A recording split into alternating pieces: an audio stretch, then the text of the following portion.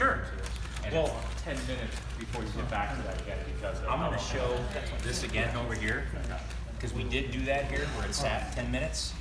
I like to, maybe someone who was here earlier when I saying that, it did sit and there were no laps. I'm separating this intentionally because this was water popped and that wasn't.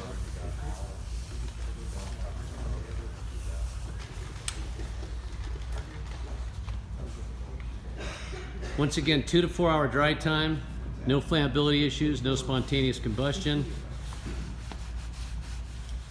More aggressively you wipe the stain, the more vibrant the color.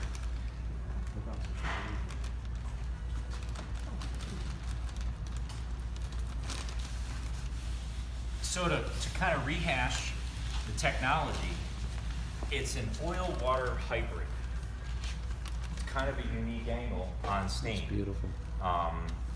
In the world of finishes, there are emulsions that are out there. Ours is actually called emulsion.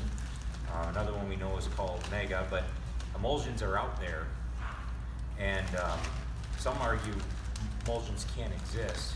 How can you mix oil and water together? And it is possible.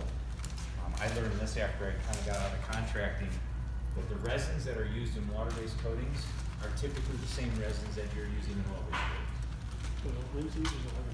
It's not linseed though, it's the resin, not the solvent. Linseed is the solvent for a stain, but doesn't actually have a resin. So it seals the wood by the oil itself filling up the fibers. When we're talking about coatings though, there are actual resins. So in a water-based product that's an emulsion like our term, or it's actually a chemical term, emulsion, we can take some resins and disperse into a water and some that aren't, but they can be blended together because we remove the solvent out of the picture. And that's how you can still get a yellow tone out of it like that.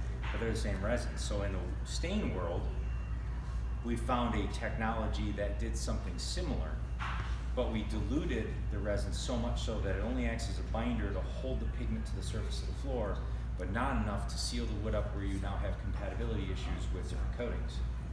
So with this stain, it's designed to color the wood, hold the pigment there long enough for you to be able to put a water-based coating, oil-based coating, moisture cure coating, an acid cure coating, a hard wax oil, a penetrating oil are compatible with this technology.